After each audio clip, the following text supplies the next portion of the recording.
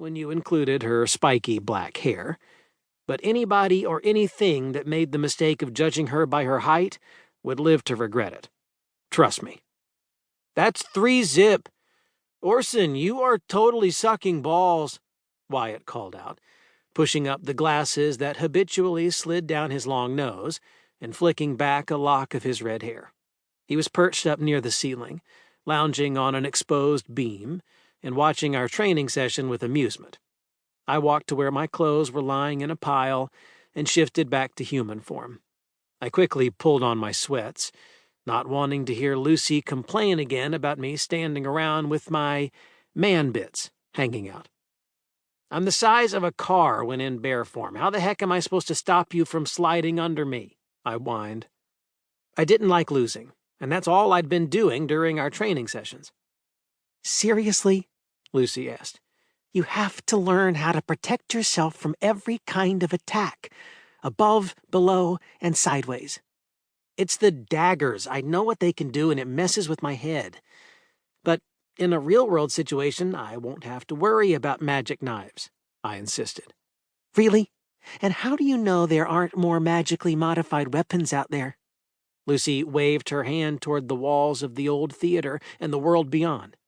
"Just waiting for you to come along and get your teeth kicked in." "The Society says that enchanted weapons are rare," I countered.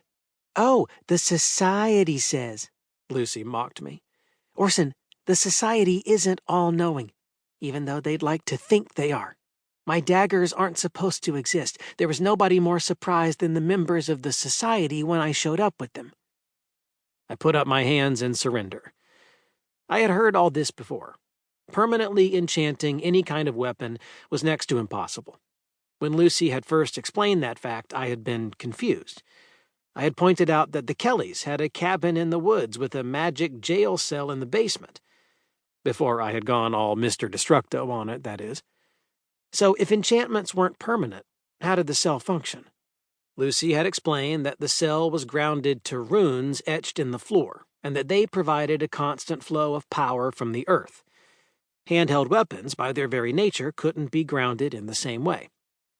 "So what you're saying is there's no way to build, like, a portable magic battery?" I had asked. Lucy had rolled her eyes at me, something she did a lot, and said, "It's a little more complicated than that, but yeah, essentially weapons can't be charged with a permanent spell." I had learned that Paragon Society histories included the knowledge that such weapon enchantments were possible, but none of the records explained how the process worked. Even though some members of the Society were centuries old, that particular piece of arcane knowledge was ancient even by Society standards. There was actually an entire team of researchers at Society HQ that spent their days working on only that problem, but a solution continued to baffle them. Lucy had stumbled upon her daggers while on a mission for the Society. When I'd asked her about them, she hadn't been completely forthcoming with all the facts. I'd noticed she didn't like to talk about the past, and even more specifically about her past. The only thing I'd gotten out of her was that she had taken the daggers off a dead blood mage. The only thing Wyatt had been able to add, when I asked him about it, was that whatever the mission was, it had all gone down back in the 1980s sometime. 30 years ago.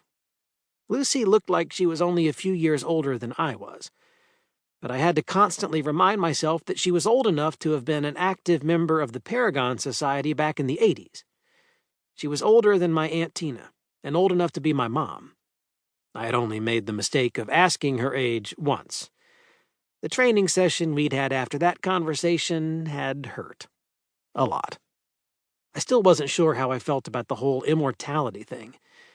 Living forever, or at least being super long-lived, is one of the major side effects of magic. It had something to do with physically harnessing magic energy. It rejuvenated the body at a cellular level.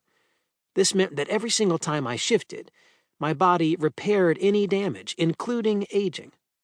This train of thought led me straight to the memory of Mrs. Kelly, and how she had died from a death magic spell that had ravaged her body so much that even shifting couldn't heal her. The thought of her loss still hurt. And of course,